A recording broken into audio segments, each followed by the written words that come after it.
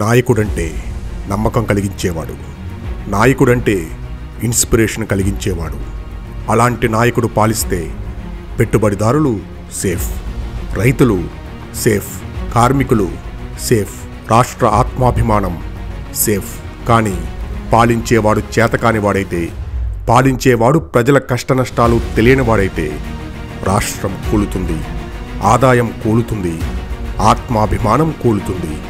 కేసీఆర్ నాయకత్వంలో రాష్ట్ర ఆదాయ వనరుగా దేశంలో అతిపెద్ద మహానగరాల్లో ఒకటిగా ఉన్న హైదరాబాద్ ఇమేజ్ని మరొక మెట్టు పైకెక్కించే విధంగా పాలసీలు రూపొందించారు.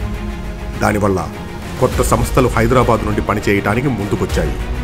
కానీ గత 10 నెలలుగా పాలిచ్చే ఆవుని చంపినట్టు, బంగారు గుడ్డు పెట్టే బాతుని బలిచ్చినట్టు అడ్డగోలుగా ఆలోచన లేకుండా తీసుకున్న నిర్ణయాల ఫలితంగా హైదరాబాద్ ఇమేజ్ దారుణంగా పడిపోయింది.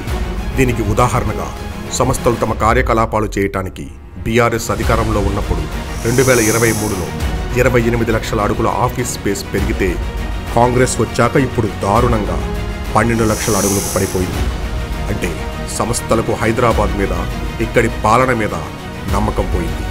ఇదే సమయంలో బెంగళూరు, చెన్నై, ఢిల్లీ, పూణే లాంటి నగరాల్లో పోయిన ఏడాది కంటే ఇప్పుడు ఎక్కువ ఆఫీస్ స్పేస్ పెరిగింది. హైదరాబాదులో ఎవరున్నా, ఎలా పాలించినా తనకు తాను ఎదుగుతుంది అనుకునే వారికి ఈ లెక్కలు చెంపపెట్టు.